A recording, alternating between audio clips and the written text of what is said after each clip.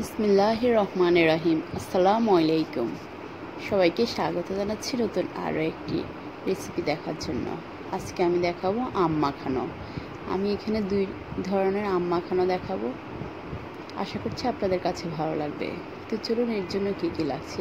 এর জন্য আমি একটি ছোট মাঝারি সাইজের একটি আমকে কেটে নিয়েছি। পরিষ্কার করে ধুয়ে এটাকে আমি হ্যান্ড ব্লেন্ডারের যে কাটারটা থাকে ওই কাটারটা দিয়ে এটাকে ছোট ছোট করে পিস চিকন চিকন করে কেটে নিয়েছি। আপনারা আপনাদের পছন্দ মতো কেটে নেবেন। এরপরে আমি এটার সাথে দিয়ে দিচ্ছি চিনি, দিয়ে দিচ্ছি 1 চা চামচ, স্বাদ মতো একটু লবণ দিয়ে দিচ্ছি, আর দিয়ে দিচ্ছি দুধের গুঁড়া। এখানে আমি 1 চা চামচ গুঁড়া দুধ দিয়েছি, 1 চা চামচ চিনি দিয়েছি, আর একটা কাঁচামরিচকে কুচি করে দিয়েছি।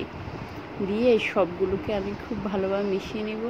অসম্ভব এই মজাদার আম মাখানোটা আপনারা অবশ্যই বাড়িতে একবার ট্রাই করবেন। যারা টক বেশি পছন্দ করেন না তাদের খুব ভালো লাগবে, আবার যারা টক পছন্দ করেন তাদেরও ভালো লাগবে, কারণ এটাতে অলরেডি একটু টক থাকবে, যেহেতু আমে একটু টক থাকে কাঁচা আমে, সেজন্য। আর এটা খুবই মজাদার একটি আম মাখানো। গরমে অবশ্যই আপনাদের কিছুটা হলেও একটু স্বস্তির নিঃশ্বাস ফেলবে আপনারা যদি এই আম মাখানোটা একবার করেন বাসায়।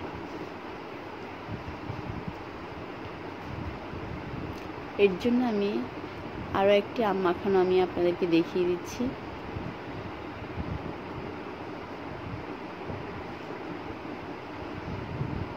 আর এটা যে কাটারটা দিয়ে আমি আমটা কেটেছি সেই কাটারটা, এই ধরনের কাটারটা সাধারণত সবার ঘরেই থাকে।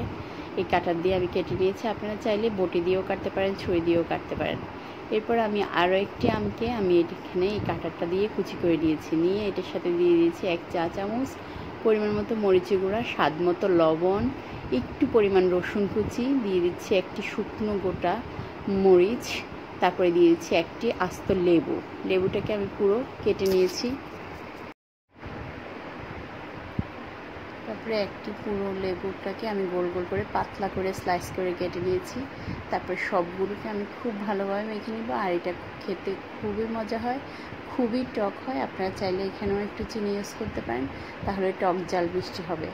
খুবই মজাদার এই আম মাখানোটা অবশ্যই আপনারা বাড়িতে একবার করে খাবেন। আম এবং লেবু একসাথে করে মাখানো। সবাইকে অসংখ্য ধন্যবাদ সাথে থাকার জন্য। সবাই খুব ভালো থাকবেন। আল্লাহ হাফেজ।